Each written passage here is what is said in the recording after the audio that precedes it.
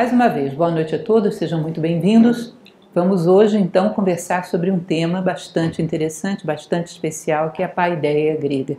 Eu peço que vocês abram a imaginação, porque é algo tão diferente daquilo que a gente conhece como educação, que simplesmente transborda e praticamente diz respeito a tudo que se faz dentro de uma sociedade. Portanto, é um outro mundo, e a gente às vezes hesita de imaginar que em algum momento, há 2000 anos, a gente tenha tido isso. Como pode termos esvaziado tanto o nosso conceito de educação? No momento em que a tecnologia cresceu bombasticamente. Por que nós perdemos essa noção que era tão complexa e tão completa e tão eficaz? São certas coisas curiosas que acontecem na história. Por que às vezes elegemos um setor, um fator para desenvolver e outros ficam para trás? E outros vão se perdendo às vezes com o tempo. E hoje já são várias pessoas que se dedicam a estudar esse modelo grego de educação. Mas ainda são difíceis os caminhos para fazer uma ponte entre aquilo que foi e aquilo que é. Hoje vamos tentar entender, passar o espírito para vocês. Lógico que eu me baseei no grande livro do escritor Werner Jaeger, que é o Paideia. É um livro enorme, mas ele fiz um resumo baseado nos pontos fundamentais só para que a gente entenda o espírito. O espírito do que vem a ser a paideia e como ele poderia, de alguma maneira, ser pensado no nosso tempo histórico. Tá certo? Então vamos lá. Paideia, caminhos para uma educação integral. Isso a gente teria que entender o que vem a ser educação integral, ou seja, quase que se alfabetizar novamente. Uma palavra que nós usamos num sentido muito diferente do original. Falando muito rapidamente dos períodos pré-helênicos da Grécia, ou seja, tudo que aconteceu antes do helenismo. Werner Jaeger, ele trabalha com essa linha histórica da Grécia, dizendo que o espírito da paideia, embora não se usasse esse nome, mas o espírito da paideia é pré-homérico, de tão antigo que é. Ou seja, seria daquele período ali dos séculos 20 a 12 a.C. Já uma noção de que aquela civilização, um certo mito fundador, de que aquela civilização tinha uma certa honra, tinha um certo status de heroísmo, ou seja, um certo orgulho nacional que dava uma particularidade aos habitantes daquela região. Agora, isso foi muito reforçado com a chegada de Homero. No período homérico, Homero, então, ao criar a sua Ilíada, a sua Odisseia, ele dá um modelo do que é o grego. Então, o cidadão grego ele tinha aspirações que eram Aquiles, era Heitor, era Ulisses, eram aspirações altíssimas de civilização, de heroísmo, de capacidade de entrega a ideais maiores do que meramente sobreviver, e era isso transmitido geração a geração de uma maneira muito importante. De tal maneira que era muito comum que os jovens soubessem cantos e cantos da Odisseia ou da Ilíada de cor. A memorização é um recurso muito presente nas civilizações antigas. Basta ver, por exemplo, na Índia, como os brahmanes decoravam e decoram até hoje os Vedas. Só que na Índia era uma classe, uma casta, que são os brahmanes. Aqui era todos os jovens, claro que não de toda a sociedade, mas os jovens aristocratas, os jovens filhos dos cidadãos, todos eles eram ensinados desde o berço, tendo como ideia base da civilização a Ilíada e a Odisseia. Então, Homero foi tremendamente importante nesse período. Depois nós vamos ver mais adiante, no período clássico, a importância que teve também o advento da filosofia, brilhante do jeito que foi. Sobretudo um eixo que é Sócrates, Platão e Aristóteles, né? Mas teve muitos outros influenciadores. Nesse livro, Werner Jaeger, ele passa um tempo enorme descrevendo todo mundo que influenciou a paideia grega. Ele faz um estudo, uma referência exaustiva mesmo, a todas as influências que a Grécia recebeu. Mas fundamentalmente foram esses três do ponto de vista da filosofia. Sócrates, Platão, Aristóteles, que também deram uma noção muito especial do que o grego deveria ser. Isso vai gerando quase que um manual de identidade, uma referência de direção, um objetivo maior para toda a civilização, que todo aquele que chegava aspirava a ser. Ou seja, era um propósito, era um horizonte de possibilidades, que se recebia e se formatava desde o berço. Então, vejam bem, Homero deu esses heróis como modelo de conduta. Embora na época houvesse baixa literacia, ou seja, poucas pessoas lessem, isso era transmitido pelos rapsodos, decoravam, memorizavam e ensinavam para os jovens. Eram memorizados e cantados para todo canto. A Ilíada e a Odisseia eram cânticos comuns, em celebrações, na educação dos jovens, Ou seja, eles eram incentivados, inclusive, a decorarem vários trechos também. E foi sendo passado assim. Como eu falei, isso é muito comum em outras civilizações. E aqui também foi sendo passado através da repetição, da audição, embora a maioria ainda não lesse nesse período. Fosse um grupo muito pequeno de pessoas que poderiam ler. Mas ainda assim a Ilíada e a Odisseia foram passados geração após geração. A memorização ajuda muito na assimilação. Isso é bem óbvio. Aquilo que sabemos de cor, no momento da prática na vida, temos esse recurso à mão. Como eu deveria agir segundo Homero? Não lembro. Se você tem cantos e cantos memorizados, isso é quase que uma autodisciplina por repetição. Eu constantemente estou lembrando do que disse Heitor, do que disse Aquiles, do que disse Ulisses, enfim, do que disseram todos esses grandes personagens. E a importância que tem estabelece uma comparação entre aquilo que eu digo e o que esses heróis dizem, e uma referência de aperfeiçoamento, uma referência de crescimento ao longo da vida. É importante, é uma das coisas que a gente vai falar nessa palestra. Paideia não era só para jovens. Paideia era um processo de educação para a vida toda. Quando você estava vivo, estava sendo educado, aperfeiçoado nesse objetivo de vida que era colocado pelos gregos. Então era muito abrangente. Eu costumo dizer uma imagem que para mim me parece adequada, que um jovem, assim que ele penetrava na sociedade ateniense, ele era abraçado pela paideia. De todas as maneiras que vocês possam imaginar, através de todas as vias culturais possíveis, através das tradições, através de todos os elementos civilizatórios, ele era abraçado pela paideia. De tal jeito que ele simplesmente abraçava também de volta e seguia uma contradança com esse papel histórico que lhe era correspondido, e sempre com uma noção de que ele estava ali para se aperfeiçoar rumo a esses referenciais. Ou seja, não havia a ideia do estatismo, eu estou pronto, que é um invento bastante curioso nosso hoje em dia, né? Eu tive a surpresa de passar por isso algumas vezes como professora, quando falava de alguns clássicos para os meus alunos. E todo clássico antigo fala do homem em busca de aperfeiçoamento. E algumas vezes eu tive a surpresa de ouvir de alunos: aperfeiçoamento para quê? Eu estou contente do jeito que eu estou. Isso é um fenômeno bem contemporâneo. Estar contente do jeito que estamos é algo inédito historicamente falando. Sempre houve um objetivo de aperfeiçoamento, de crescimento, ou seja, de se aproximar de um ideal. E nesse momento Homero cumpriu esse papel fundamental. Também Hesíodo, que vem 2 séculos depois com seus trabalhos de dias, com a sua teogonia, ajuda para trazer esse referencial também para o dia a dia, para o homem comum. Ou seja, Hesíodo também teve uma importância muito grande aí, né? Platão e o mito fundador. Platão, num diálogo que nós vamos citá-lo aqui, que é a República, ele fala da importância que tem para uma civilização ter um mito fundador, que cria uma ideia de honra, de dignidade, de ter que estar à altura daquele que os fundou. Então ele conta, por exemplo, em Tebas, que era o mito dos espartos, que os dentes de dragão foram enterrados e dali nasceram guerreiros. Ele diz, bom, essas coisas são importantíssimas para a autoestima do homem tebano, para que ele saiba quem ele é, para ele queira honrar isso.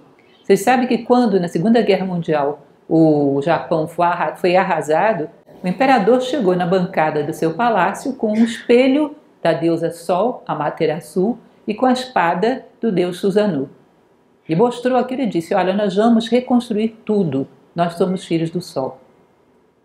E o estímulo que foi para essa civilização se erguer numa velocidade fora do comum, o estímulo que isso foi para se reerguer fora do comum, não há nada técnico, prático que pudesse dar ao espírito do japonês o que esse mito deu. Nós somos filhos do Sol, a deusa Amaterasu é o Sol, nós somos descendentes dela, daqui o espelho dela.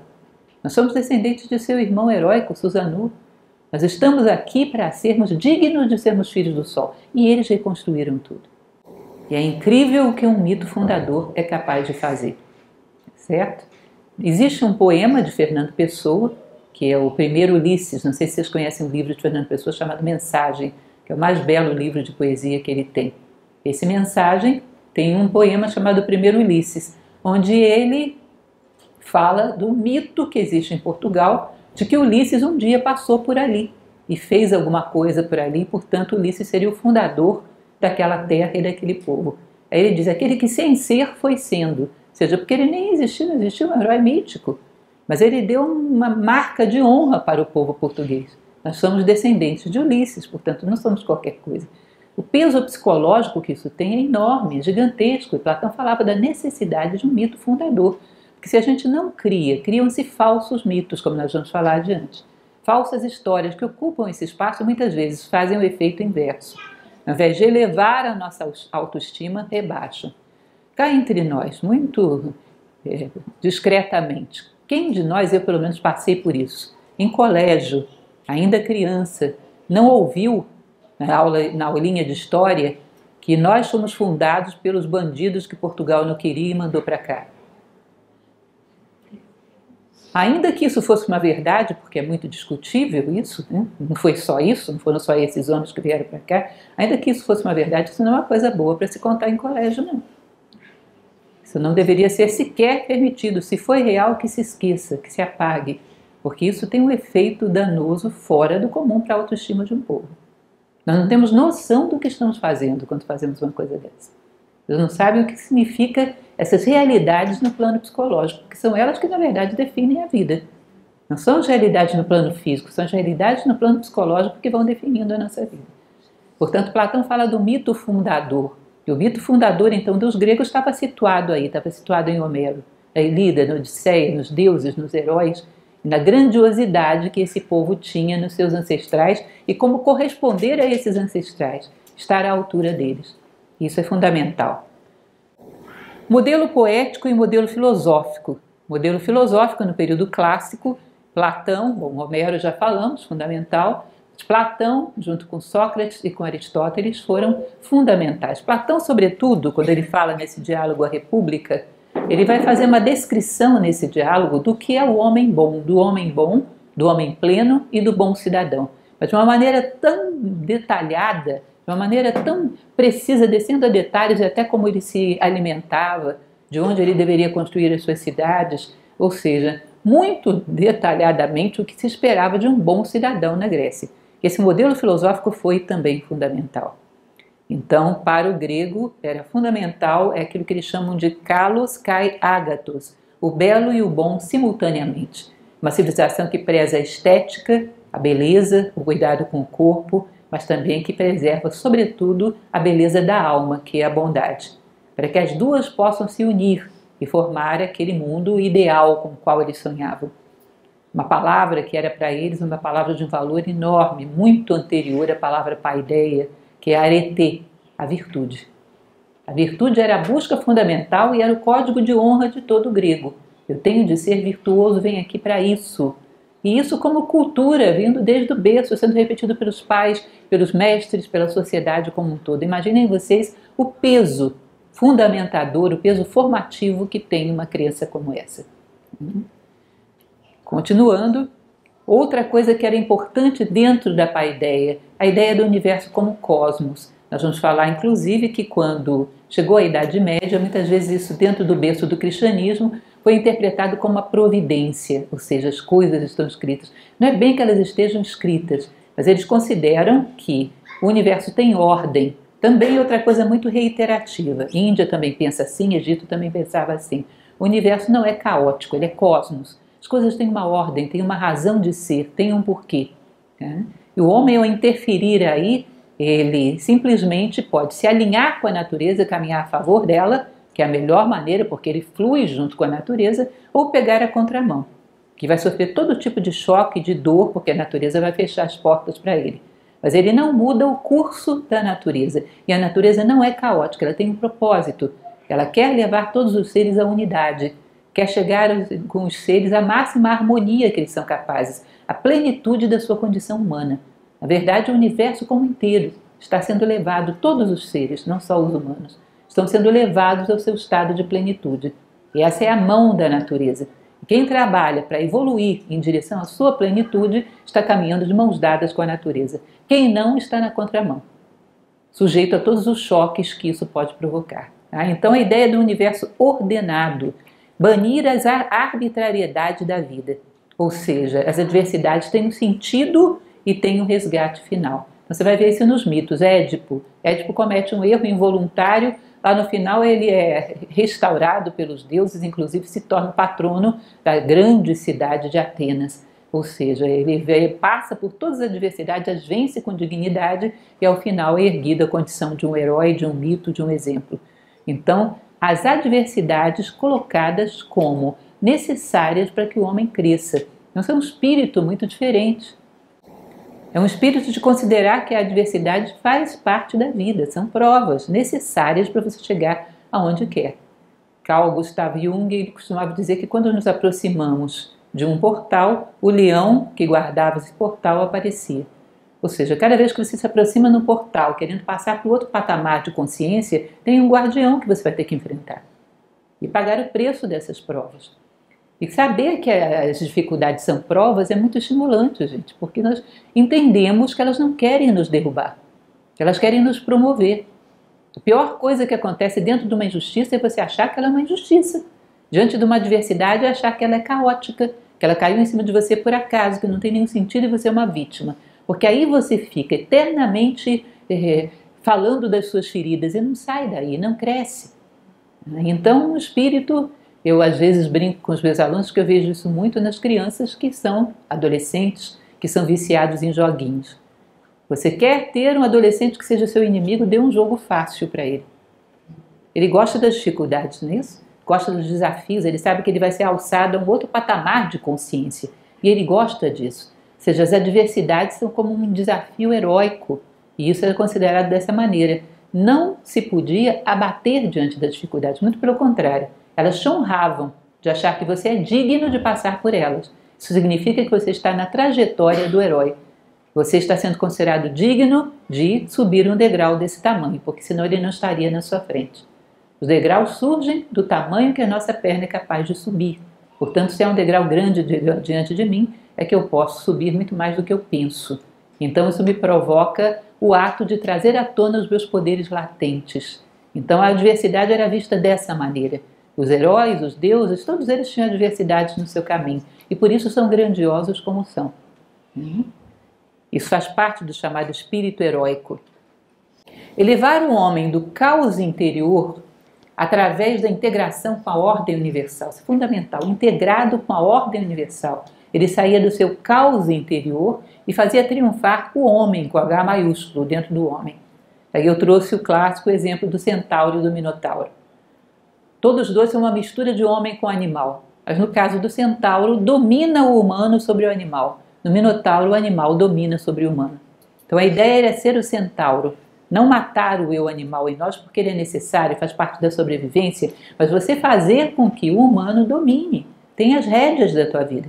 Todos os critérios humanos sejam dominantes, ou seja, que os instintos, os reflexos, a violência, tudo aquilo que é animalizante, tudo aquilo que é bestial, não tenham as rédeas da tua vida.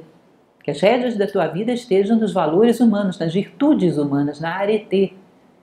Isso garante a condição de humanidade.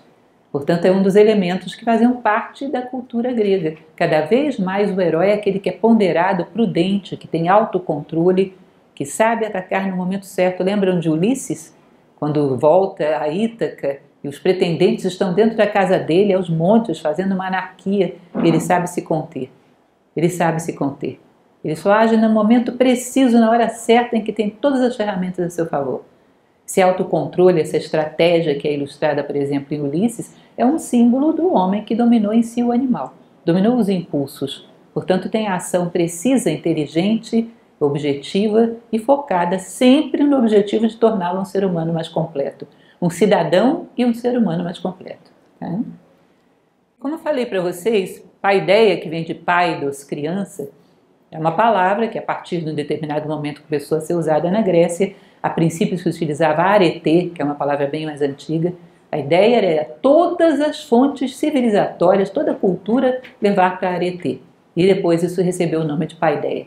A paideia ela era destinada a todas as pessoas dentro da sociedade. Portanto, ela era tem um sentido elevado de formação, que inclui ao mesmo tempo civilização, cultura, tradição, literatura e educação, ou seja, tudo. Basicamente, Platão fala que o homem grego ele deveria ser educado com a ginástica e com a música. A música é a arte das musas, não é só música como a gente entende, era quase tudo, porque a totalidade das artes pertenciam às musas. Muitas das disciplinas que eles eram formados pertenciam às musas. Portanto, era uma educação que pretendia esculpir o ser humano, para que ele fosse cada vez mais digno da condição de grego, digno da condição do ser humano nobre, herdeiro dos deuses, herdeiro dos heróis. E isso é um abraço realmente, que vai formatando e fazendo com que ele vá vendo as suas arestas, seja os seus impulsos, as suas más inclinações, como coisas que ele tem que corrigir imediatamente, porque senão ele se afasta desse arquétipo para o qual toda a civilização caminha. Ou seja, se ele não se aproxima de um homem ideal, ele é desonra para o seu pai e para a sua cidade. Ele é desonra para os seus pais e para os seus mestres, para aqueles que o conduzem. E ninguém quer isso. Ou seja, é um ideal que enquadra realmente o ser humano e que o abraça por todos os lados, porque a educação em termos de formação é assim, a educação em termos dos seres humanos que você tem contato na sociedade para todo lado é assim, ou seja, tudo te conduz para essa direção.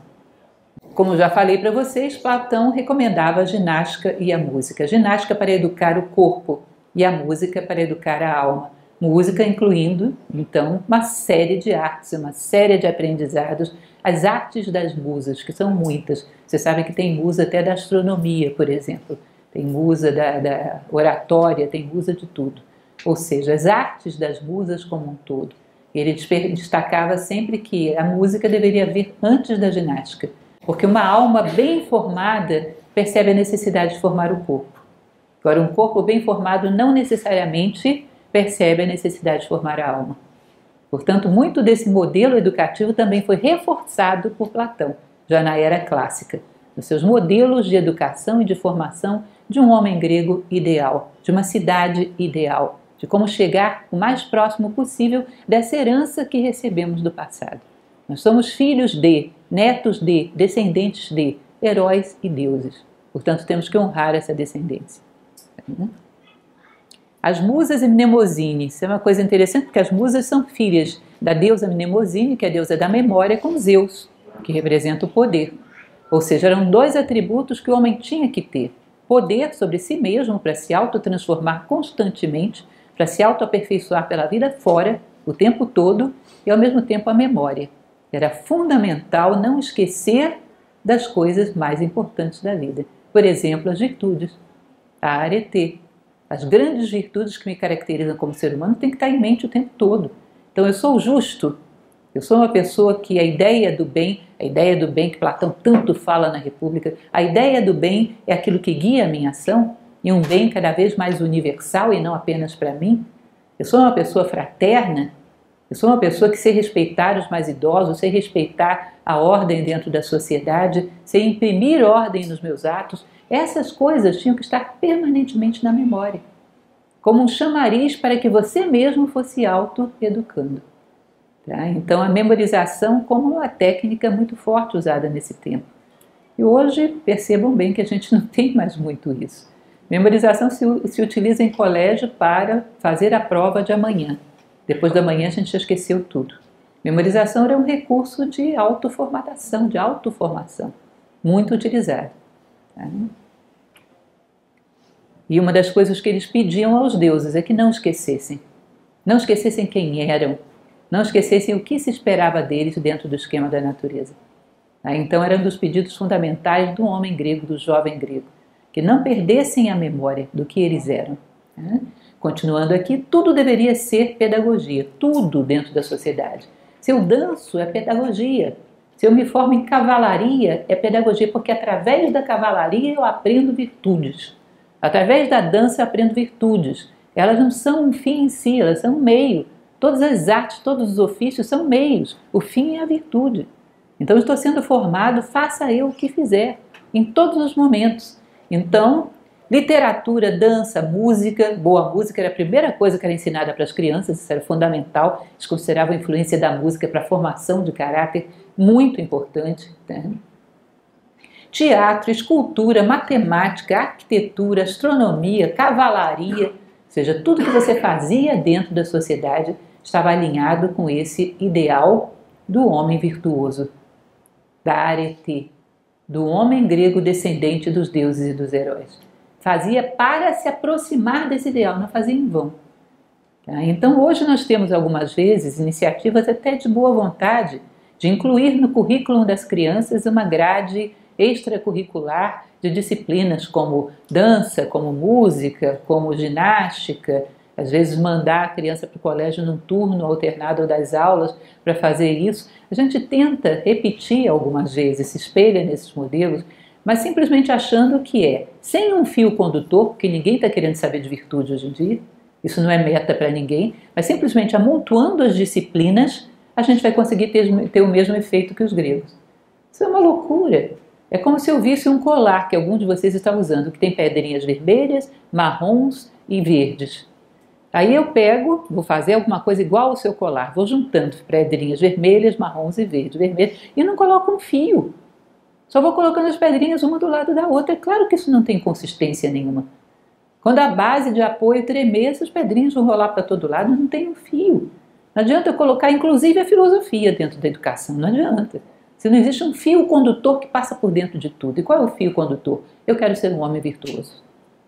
Eu quero ser um cidadão virtuoso, digno da minha condição de grego e de ser humano, como dizia Sócrates. Conduz uma vida bela, ou seja, baseada na verdade e na bondade. Todas as coisas conduzem para uma vida bela, baseada na verdade e na bondade. Todos esses elementos civilizatórios.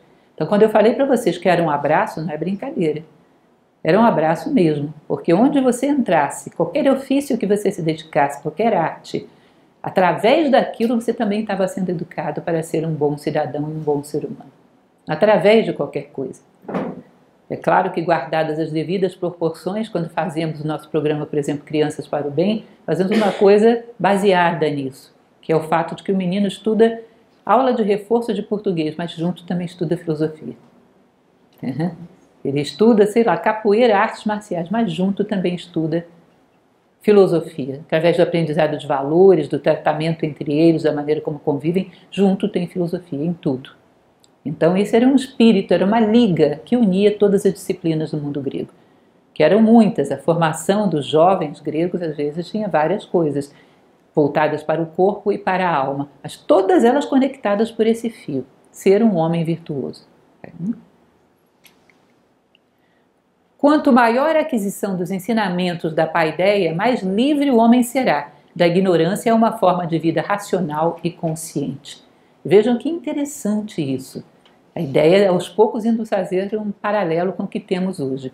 Cá entre nós, da maneira mais isenta possível, nós podemos dizer que uma pessoa nos nossos dias que tem 20 anos de escolaridade é necessariamente mais honesta do que aquela que tem 10? É mais justa? É mais fraterna? Não dá para dizer absolutamente nada sobre a qualidade humana dessa pessoa que passou por um longo período de educação. Ou eu estou exagerando? Não dá para dizer nada dela como ser humano. Portanto, nós estamos vendo que tem uma diferença abissal aí. Porque o que eles dizem é que quando você tem um ser humano formado, você tem um ser humano exemplar em algum nível. Que está se esforçando para se aperfeiçoar cada vez mais. Mas em algum nível é uma pessoa que você pode confiar. Eu digo, fulano é formado, pode ficar tranquilo. Ali você tem um ser humano no qual você pode confiar, pode se apoiar, porque tem solidez. Aquilo que nós chamamos de educação hoje em dia não tem absolutamente nada a ver com solidez. Não tem a ver com virtude, nem com caráter, nem com coisa nenhuma. Então, o que é realmente que nós estamos dando para as pessoas? Uma formação técnica para fazer coisas e não uma formação humana para fazer a si próprio, para construir a si próprio. E é sempre bom lembrar que nós viemos aqui para fazer a nós mesmos. E tudo mais seria secundário. Tudo mais a natureza faz sozinha, não precisa de nós. Ela precisa de nós para construirmos a nós mesmos. Esse é o objetivo fundamental. E temos uma educação que não nos ajuda a construir a nós mesmos. Portanto, ela é diferente da paideia como base. Ela ficou simplesmente numa informação técnica. Havia muitas coisas dentro da paideia, inclusive a tecnê, que era formar para um determinado ofício prático que a pessoa ia fazer. Mas num determinado momento caiu tudo, ficou só a tecnê. Não tem mais nada aí. E isso é bem curioso, né? Esse esvaziamento daquilo que a gente considera como educação. Conceito de arete ou virtude. Agir em conformidade com a razão é ser virtuoso. Razão orientada segundo princípios universais. É como se você considerasse, sabe aqueles jogos de criança que tem um monte de letrinhas para elas montarem as palavras? Elas vão montando as letrinhas e montando palavras segundo um princípio que elas têm. A árvore está aqui na minha frente, eu me lembro da palavra árvore. Eu organizo as letrinhas segundo essa palavra. Eu organizo as letrinhas segundo a palavra cadeira, segundo a palavra luz. Vou organizando. Isso seria mais ou menos assim com os nossos pensamentos. Eu olho para a justiça, eu organizo meus pensamentos de maneira coerente com ela, que me leve para lá. Eu olho para a bondade, organizo os meus pensamentos de maneira que me leve para lá. Seja uma razão orientada segundo princípios universais, seja valores. Isso seria real conduta virtuosa, né? Agir em conformidade com a razão, razão orientada segundo princípios universais. No latim isso foi chamado como humanitas, esse tipo de estudo. Seria, no nosso caso, uma educação humanista, que visa, em primeiríssimo lugar, a formação do ser humano, começando por si próprio, como um bom cidadão, como um bom ser humano. Arete é a palavra fundamental, antes do uso da palavra paideia. Portanto, a palavra paideia é mais tardia. Arete vem desde o período pré-homérico. Já era um objetivo para essa civilização. Já era uma busca. Platão tem essa frase que eu acho perfeita, gente. Eu acho bastante interessante. Ele diz o seguinte: a essência de toda verdadeira educação, o paideia, é a que dá ao homem o desejo e a ânsia de se tornar um cidadão perfeito e o ensina a mandar e obedecer, tendo a justiça como fundamento. Me permitam repetir um trechinho aqui, porque esse é importantíssimo, para memorizar. O que a educação dá? Dá ao homem o desejo e a ânsia de se tornar um cidadão perfeito. É isso que a educação dá. Desde quando a nossa educação desperta em nós o desejo e a ânsia de sermos um ser humano perfeito, um cidadão perfeito? Onde está isso? Essa ânsia, esse desejo constante de aperfeiçoamento, é isso que a educação desperta. É isso que ela traz à tona. A própria palavra educação fala sobre isso, eduzir. Eduzir é trazer à tona. Trazer à tona esse desejo, essa ânsia por se tornar um cidadão perfeito, um ser humano perfeito, que não cessa nunca. Enquanto há vida, existe a possibilidade de eu construir em mim um ser humano melhor, um cidadão melhor. Isso deveria estar por trás de todas as buscas e é isso que a educação teria que formar. Despertar no ser humano. Ou seja, a sede, a ânsia, o desejo de se tornar um cidadão perfeito.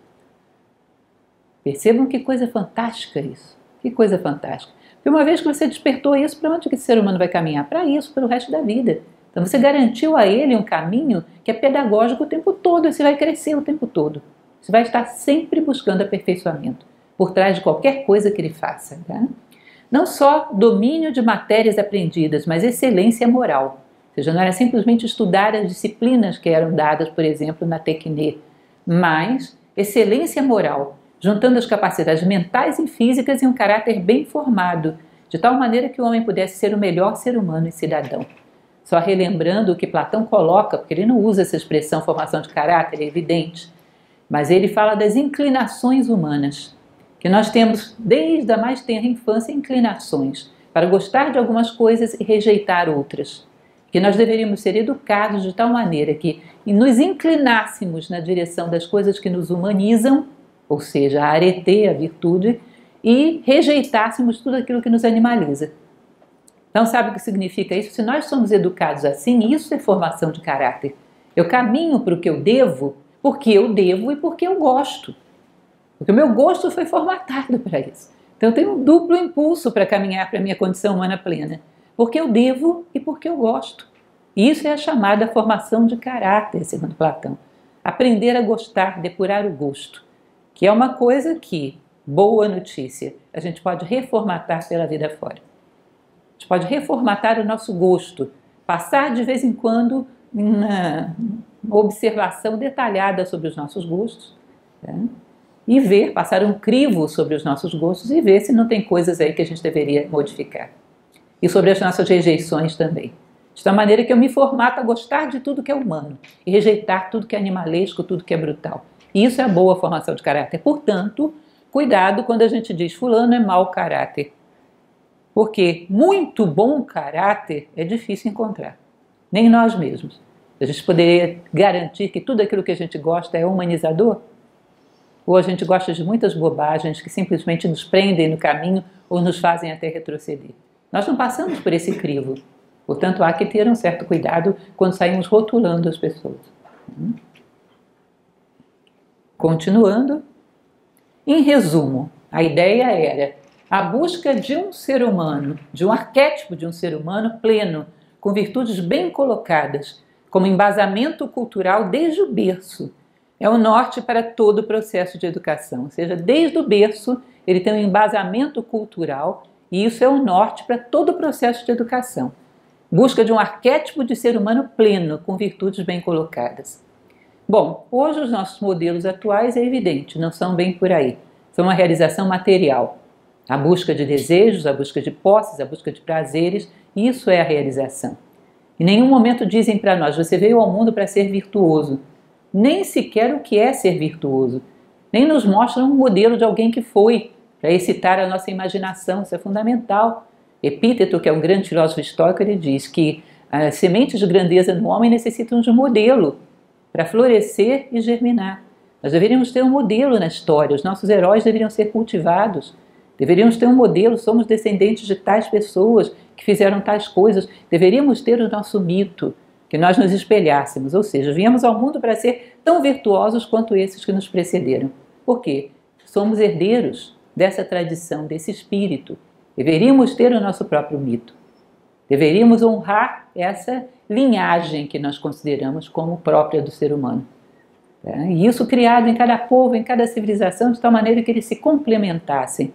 Mas cada um tem que ter o seu sentimento de honra, sua noção de honra, fundamental, que o abrace em todas as suas atividades. Tudo seja coordenado e coeso por isso. Disciplinas complementares não eram soltas ou para gerar uma mera exposição de manifestações artísticas, mas voltadas para essa formação. Então, tudo o que você fazia. Se você dançava como as musas lá no Monte Helicon, para ir, através da dança, alcançando mais harmonia. A hélice, né, que é o Monte Helicon. Através da dança eu vou alcançando mais harmonia e vou ascendendo.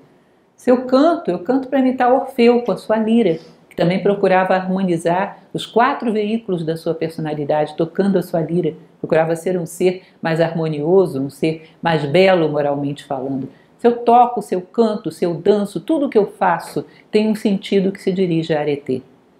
Agora, se eu simplesmente não dou nenhum referencial para as pessoas e coloco para estudar música, coloco para estudar dança, o que vai sair daí?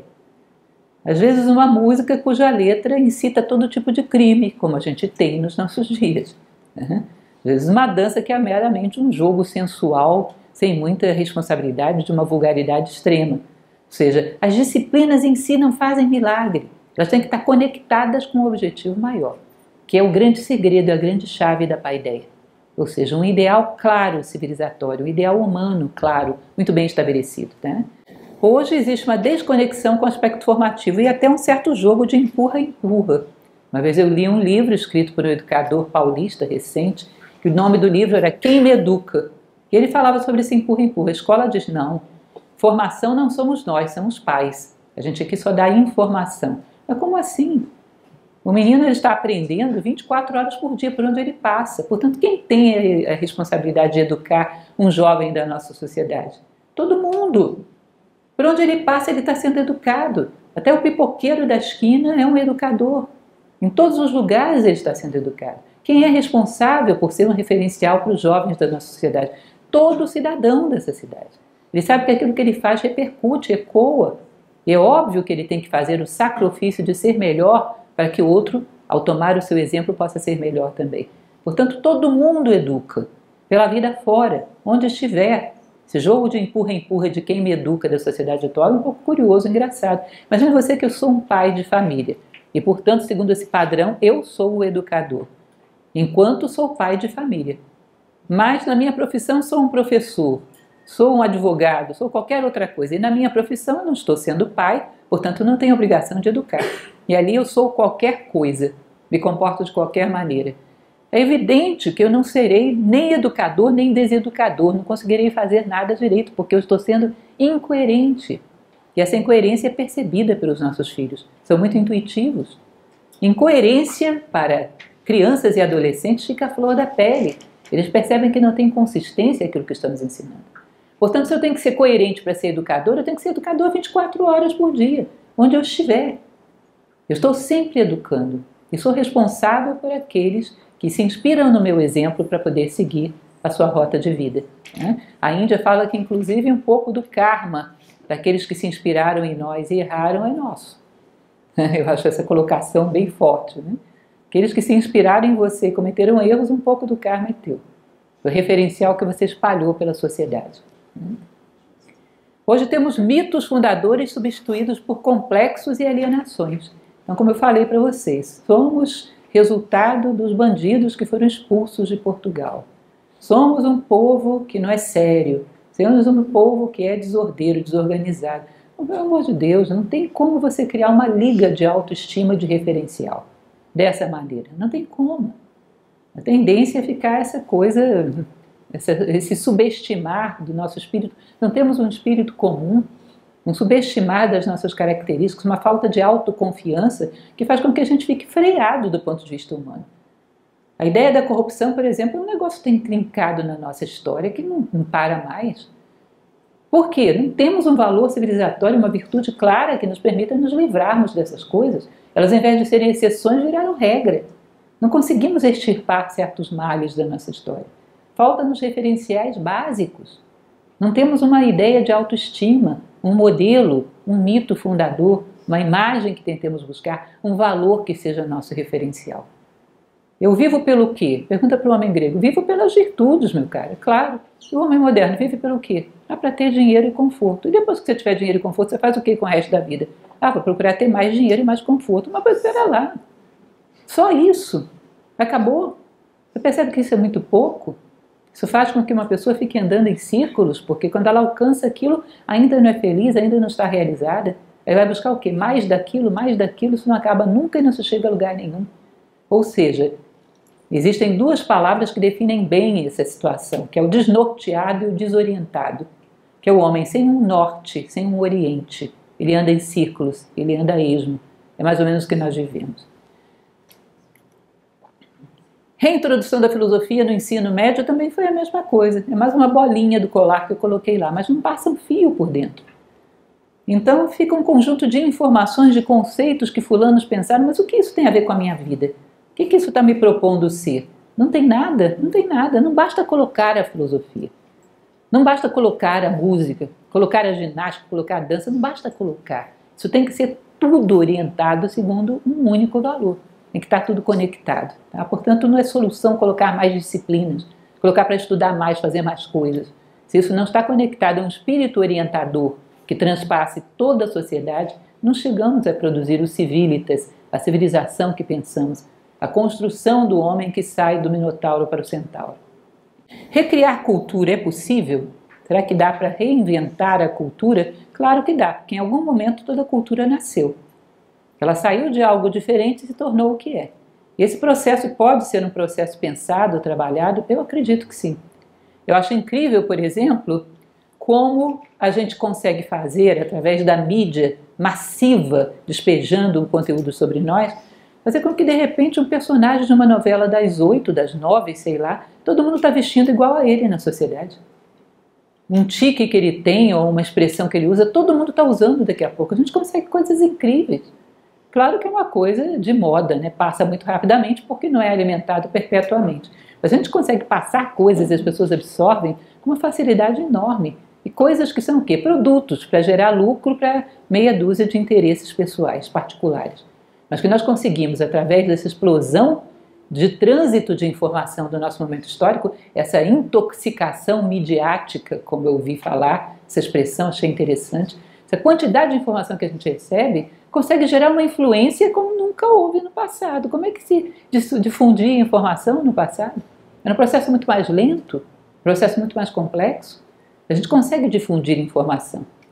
Agora, teríamos que ter uma cabeça pensante aí que quisesse difundir essas informações segundo um ideal civilizatório, seguindo um modelo civilizatório, dando realmente um orgulho nacional, um orgulho de povo, dando referencial para que pudéssemos ser fator de mudança. Né? Então, coloquei ali, cada povo tem o seu aspecto mais favorável. Tomar uma ideia. Pegar de cada povo, de cada comunidade, de cada civilização, uma ideia, um aspecto mais favorável. Colocar como meta. Não eu vou alcançar, mas eu já sou. Viver como se já tivéssemos conquistado aquilo que queremos ser. Até coloquei como um mero exemplo aqui uma ideia. Brasil. Eu acho que o Brasil, do jeito que ele é, como história, como tudo, ele teria tudo para a gente considerar que é a nação mais inclusiva do mundo. Não é, somos cheios de preconceito, sei disso. Mas se a gente começasse todo mundo a acreditar nisso, daqui a pouco o infrator era a exceção. E começava todo mundo a pensar dessa maneira. Claro que o infrator, aquele que faz a transgressão, ele se sente a regra, então é incentivado. Se ele se sentisse exceção, se ele se sentisse no ostracismo, seria muito mais difícil sobreviver. Nós temos uma história que tem povo de tudo quanto é jeito vindo compor, portanto tem isso a nosso favor. Até a nossa natureza, ela é inclusiva, temos uma biodiversidade fora do comum, todo mundo convive muito bem com todo mundo. Não poderíamos ter um mito do povo mais inclusivo do mundo, que recebe bem todos aqueles que vêm com boa vontade, que sabe temperar bem todas as diferenças legítimas? Não poderíamos ter isso? Poderíamos. Uma questão de acreditar. É um pouco do que a psicologia positiva coloca, comportar-se como sendo agora, aquilo que você só chegará a ser no futuro. Você começa a se considerar agora, desse momento. Platão ele fala isso no seu diálogo à República. Ele delineia uma cidade perfeita, chega para as pessoas e diz: vocês estão entendendo? Estamos. Vocês viram como é que eu construí? Vimos. Vocês acreditam nela? Acreditamos. Então, desde agora, se sintam cidadãos dessa cidade.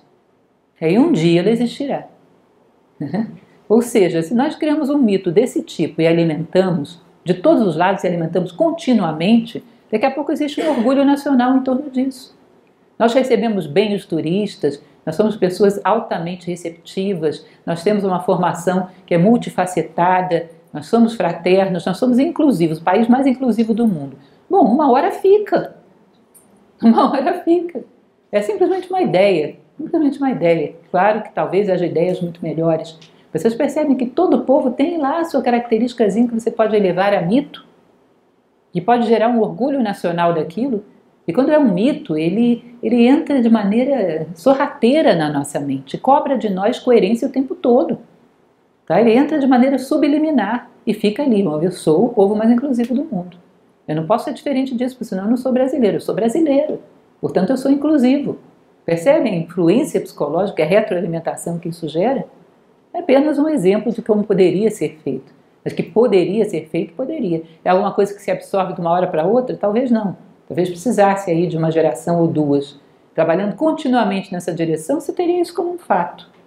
Considerando o quão pouco mudamos de uma geração para outra, se você coloca uma meta como essa, geraria uma transformação enorme.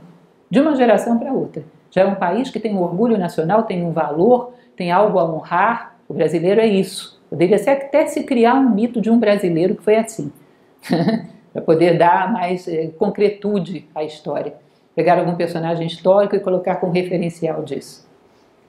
Criou um mito. Assim como nós criamos todas as ideologias e dogmas da sociedade. Saberíamos criar mitos e sustentá-los. Se houvesse quem tivesse esse interesse e soubesse como fazê-lo. Nós reestruturamos uma sociedade que é toda trespassada por um fio de valores. Isso é possível. Nós temos que trabalhar pela elaboração cultural da imagem do cidadão pleno do século XXI. O que é o cidadão do século XXI? A gente só sabe o que ele tem, a tecnologia que ele tem na mão, o que ele pode fazer em termos de modernidade, mas não sabe quem ele é, como ele pensa, quais são as suas características, seus valores, o que ele quer da vida, onde ele quer chegar. Quem é o cidadão do século XXI? Eu quero conhecê-lo como ser humano. Aquela velha história que sempre cito nas minhas palestras, o frontão de um templo sustentado por duas colunas. Uma são as coisas que desenvolvemos, outra é o desenvolvimento de nós mesmos. Se você não desenvolve ou se desenvolve só uma coluna, o frontão desliza e a civilização é destruída. Então pensar no homem do século XXI, os valores que ele deve ter, que tipo de ser humano deveria haver, inclusive para manipular sem risco toda essa tecnologia que ele criou. Onde ele deveria querer chegar, qual é o seu referencial em termos de humanidade e em termos também de cada povo, porque isso é importante, é necessário. Onde quereríamos chegar? O mito do cidadão do século XXI é uma necessidade, ele tem que surgir em algum momento, porque isso é que faz com que a cultura comece a ser persuasiva, ela comece a se moldar ao seu corpo e estar com você em todos os lugares. Começa a haver uma formação, a cultura já é formativa, seja ela como for.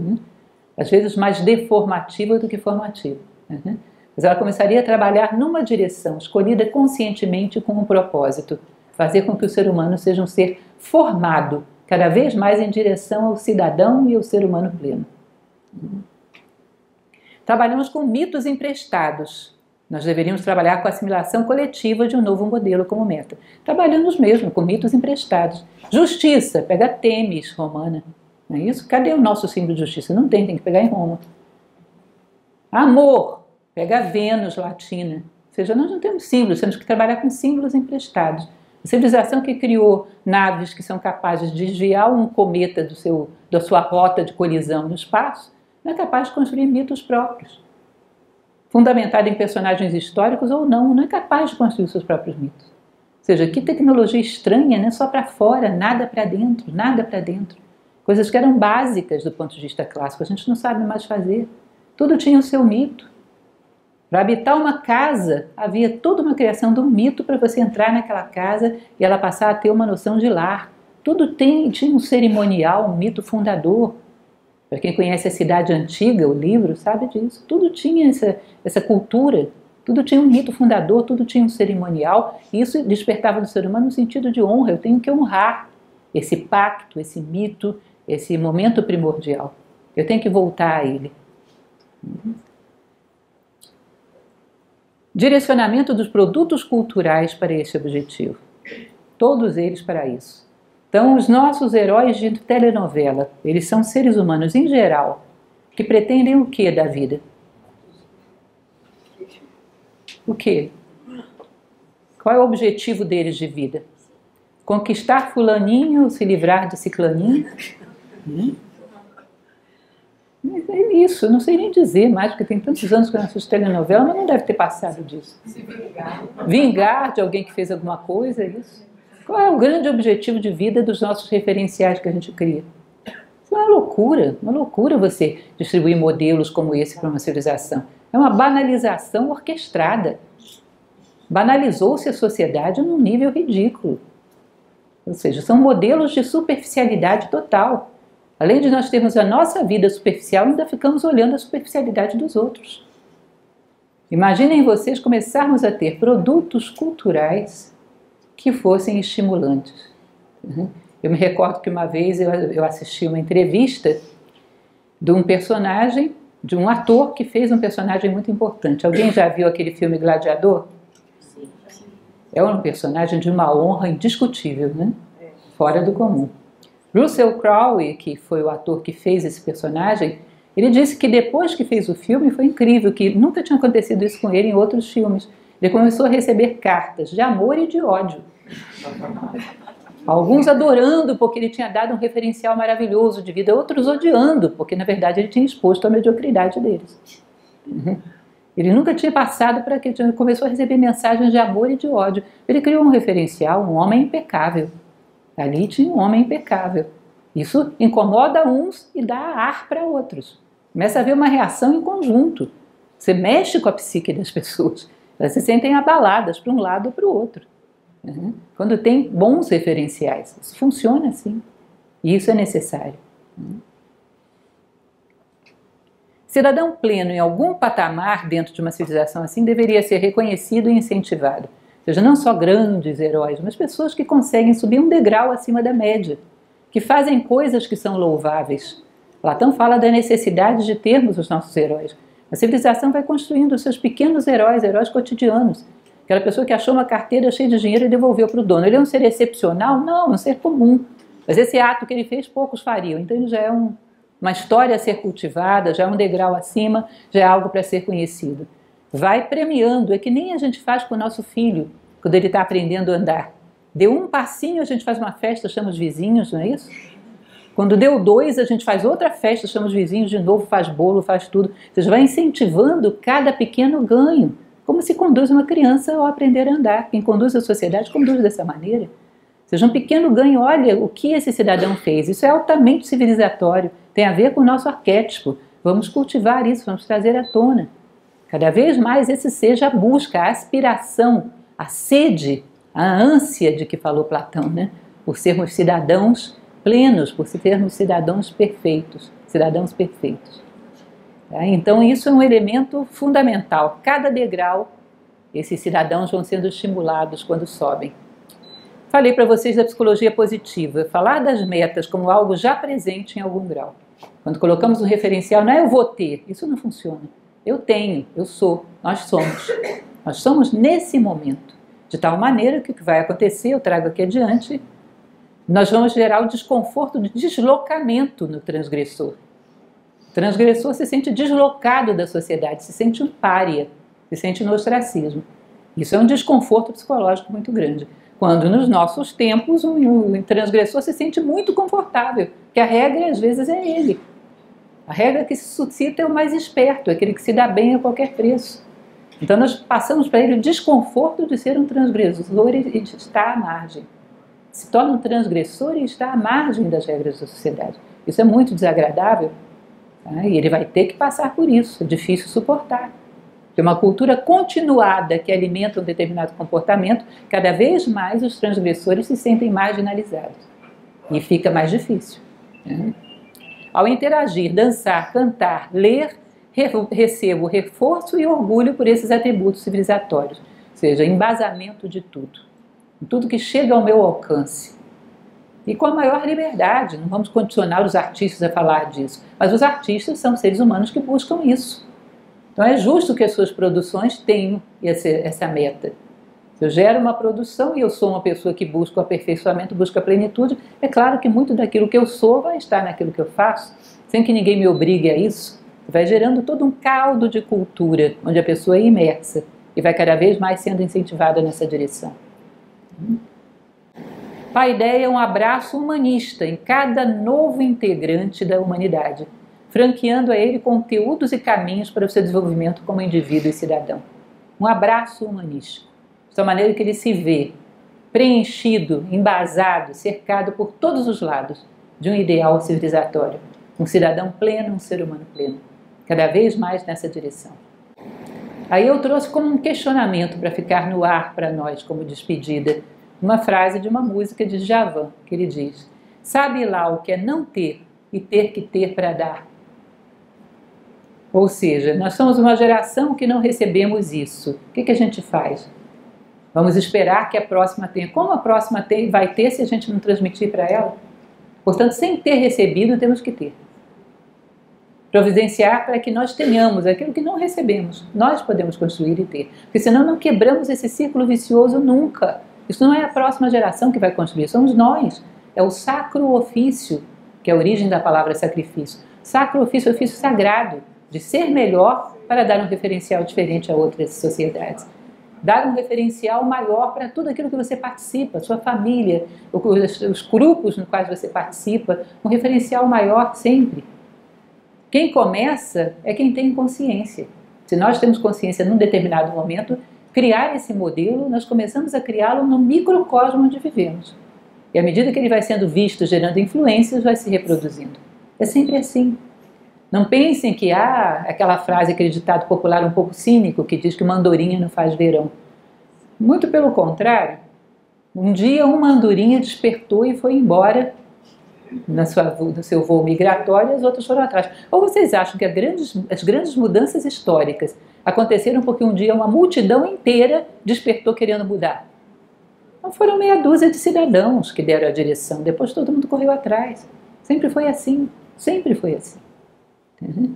Portanto, não dá para a gente esperar que a próxima geração faça, porque ela também vai dizer, não recebi, portanto não posso dar. Aquele que toca a consciência com uma verdade está comprometido com ela. Toda vez que a nossa consciência toca uma verdade, estamos comprometidos com ela. Portanto, esse embasamento civilizatório é baseado num modelo que nas suas bases é relativamente simples. Embora complexo de implementar, né, mas a ideia geral é relativamente simples. Se vocês lerem aí as 1.200 páginas do livro Paideia de Werner Jaeger, vocês vão ver que ele fala o tempo todo de vários autores, de várias influências, mas nesse sentido, basicamente é isso que ele fala.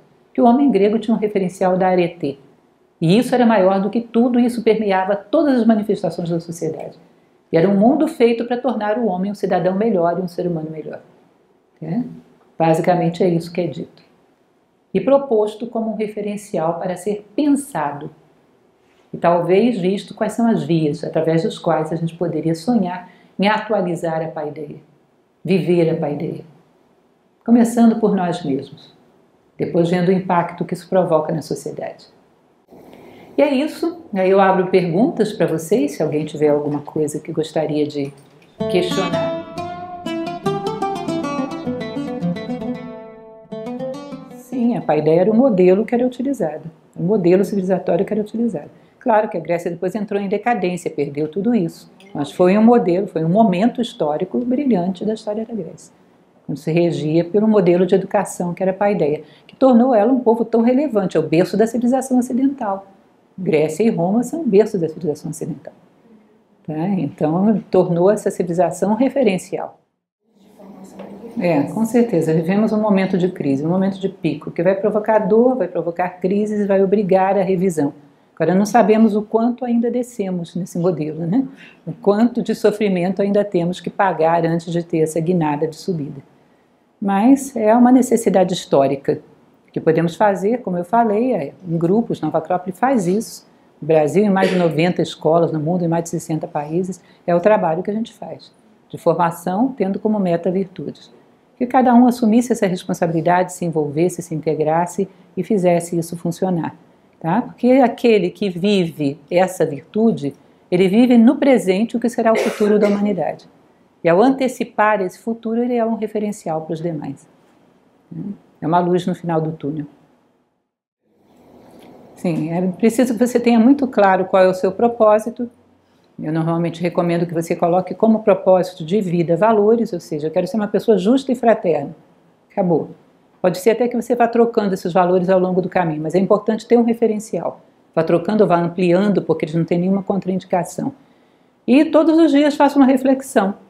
Através daquilo que eu fiz hoje, eu caminhei em direção ao meu referencial. Me tornei um pouco mais justo, porque você sabe que ginástica, hoje existe dentro de competições pessoas que são capazes de praticar tudo para poder superar o competidor, né? São capazes de coisas torpes.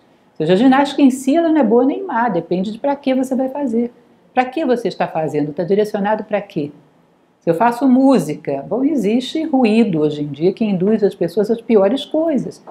Eu estou querendo levar a mim mesmo e as pessoas com a minha música para onde? Qual é o objetivo? Qual é o direcionamento de tudo isso? Você faça um questionamento diário. O referencial da minha vida é ali. No dia de hoje, o passo que eu dei, eu fui nessa direção, fiquei parado e fui na direção contrária. Porque um dia dá para corrigir fácil. Se você afastar muitos, fica mais complicado. Todos os dias, passe o seu dia sob o crivo do seu propósito. O que eu fiz me aproximou disso, foi feito com essa intenção, porque dá para conectar tudo o que fazemos. Tudo que é necessário, que é bom, pode ser conectado. Bom, eu não falei bem em mentir, né? Eu falei que era necessário criar um outro mito e talvez ocultar essas coisas. Eu não contaria para crianças que vieram bandidos para o Brasil. Honestamente, não criaria. Agora, isso daria para a gente uma discussão enorme, porque a gente pega as coisas muito estrito sensu. Platão tem um diálogo que ele fala sobre isso, que é o Hípias Menor. Nesse Hípias Menor ele fala sobre a mentira. Ele vai dizer que a verdade é aquilo que está comprometido com o bem e não necessariamente com os fatos. Quando, por exemplo, um médico diz a um paciente, não fala que ele está com uma doença fatal. Ou quando uma pessoa colérica está correndo atrás de outra para bater nela e eu não digo para onde ela foi. E coisas desse tipo.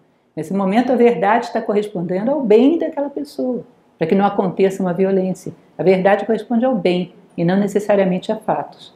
Tem certos fatos que é natural na nossa vida que por uma questão de pudor a gente oculte. Fatos da nossa intimidade a gente oculte. Tem certas coisas também que inclusive eu acho que não são assim, porque deve ter vindo mais gente que não era criminosa do que gente que era criminosa. Não sei por que colocamos um foco em cima disso. Mas certos fatos que seria bom que fossem ocultados, sim, e fossem colocados em relevo outros. Tá? Entender que mentira é uma coisa um pouco mais complexa do que isso. Ela tem um compromisso com a ideia do bem, tá? Com máxima expressão do bem que a gente pode pensar. Tá? Então todo povo teve coisas duais, porque tudo no mundo é dual. Todo povo teve grandes homens e pequenos homens.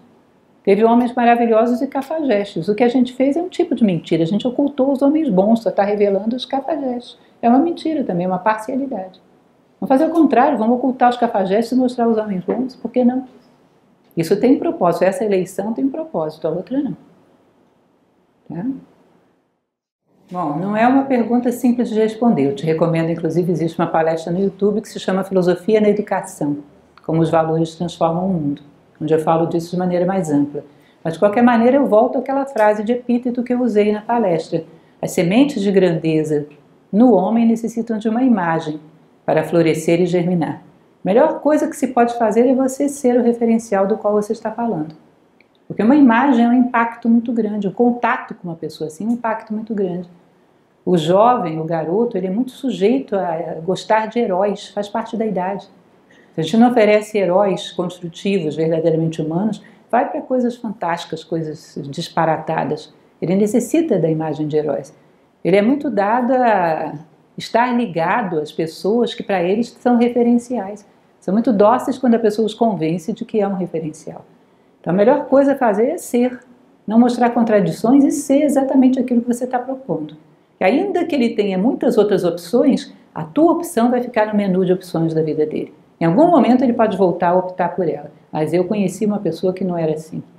Lá na frente, diante de um aperto, de uma dificuldade, ele vai lembrar. Eu conheci alguém cuja opção de vida não era essa. Portanto, isso é possível, essa opção existe. Você vai marcar o resto da vida dele com isso. De alinhamento? Estavam todos formados pelas mesmas bases, né? Eram todos leitores de Homero e de Hesíodo, ou pelo menos ouviam os rapsodos citando Homero e Hesíodo, depois todos influenciados por Platão, ou seja, todos vinham de uma única fonte cultural, todos estavam sendo alimentados assim como seus filhos. Tá? Estavam sempre sendo educados também ao longo da vida. Eles recebiam referenciais que eles iam passar para os seus filhos. E eram referenciais comuns a toda a sociedade. Portanto, não era uma coisa que cada um inventava. Todos estavam sendo formados, tanto o pedagogo quanto o pai, segundo uma única base, né? Que é o ideal do homem grego. Todos eles buscavam uma mesma coisa. Foram educados para isso e eram continuamente reforçados nesse papel. Tá? Então, isso tende a gerar uma coerência, todos olhando para a mesma direção. Em geral, civilizações que têm como referencial virtudes têm algo de transcendência. Claro que eu não estou dizendo que é impossível ter virtudes morais como referencial sem isso, eu não sei, teria que experimentar historicamente. Mas o fato é que elas em geral tinham. Tinha alguma coisa além, era alguma coisa, os deuses do Olimpo, era alguma coisa de ser virtuoso o suficiente para honrar isso, a chegar a algum lugar. Tá? Eles tinham lá as suas buscas, sim. Transcendente é como você considerar que todos os valores, todas as virtudes são atributos de Deus. Portanto, ao ter as virtudes, você se assemelha a Deus. Se você se assemelhar, aproxima-se dele. Necessariamente a gente se aproxima de um ser humano através das suas virtudes. Quando a gente se assemelha a ele, fica mais próximo. Portanto, ao conquistar a virtude, você está conquistando atributos divinos. Então, necessariamente vai aproximando dele. Tá? E cada um tinha aí as suas imagens, os seus símbolos que colocava. Tá? Mas é muito comum que os dois estivessem associados, sim. A verdade é que a vaidade vai estar sempre nos rondando. Faça a gente o que fizer. Não fiz nada, a vaidade vai estar lá. Fiz alguma coisa, ela também está. Portanto, faça você o que fizer, você vai ter que aprender a lidar com a tal da vaidade. Na Grécia tinha um componente, que era a ideia de que todo homem grego era assim. Portanto, quando você faz isso, você não está fazendo nada mais do que sua obrigação como homem grego. Tá? Então, isso é até uma ferramenta para amenizar esse aspecto. Tá? Mas não pense, porque tem certas coisas que sempre estarão no seu calcanhar. Você vai estar sempre tendo que olhar. Vaidade, preguiça, inércia, tendência crítica, tem certas coisas que você vai ter que controlar pela vida fora. Porque baixou a consciência, elas te pegam. Fazendo você muita coisa, não fazendo nada. Esse é o drama humano, não é isso? E quanto à questão do budismo, da transcendência no budismo, é como se você imaginasse nesses grandes sistemas iniciáticos orientais, um discípulo, para pisar ali na porta, já deveria ser um homem virtuoso. Então, esses sistemas, inclusive, se afastaram muito da sociedade, se fecharam quando a sociedade deixou de gerar homens virtuosos para baterem na porta deles. A sociedade já não gerou mais candidatos aptos a esses sistemas, eles se afastaram muito. Cada um se recolheu para as regiões ermas, né? Porque não tem, a sociedade já não gera mais, a finalidade da sociedade seria isso, gerar pessoas moralmente preparadas para bater a porta de escolas desse porte, não gera mais. Então é melhor afastar da civilização, que ela já não é mais civilizadora. Então é melhor afastar. Então houve uma ruptura aí, era para ter uma continuidade. A sociedade leva até um ponto, pá, homem virtuoso. A partir daqui você quer entrar na transcendência e tem escolas de alto nível. Mas eles exigem no mínimo que você seja virtuoso. No mínimo. Para pisar no tapete. Olha, a Grécia foi bastante machista, isso sem dúvida, né? Você vai ver em filósofos como Platão, na República, quando ele fala da formação dos guardiões, incluía homens e mulheres.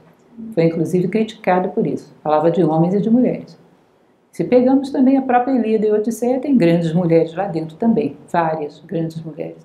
Agora, a civilização grega teve aí sua limitação quanto a isso. Então, era de uma tônica mais machista. Mas esses que criaram essas grandes tradições, Platão falava de mulheres indo para a guerra. A República é um livro exemplar quanto a isso.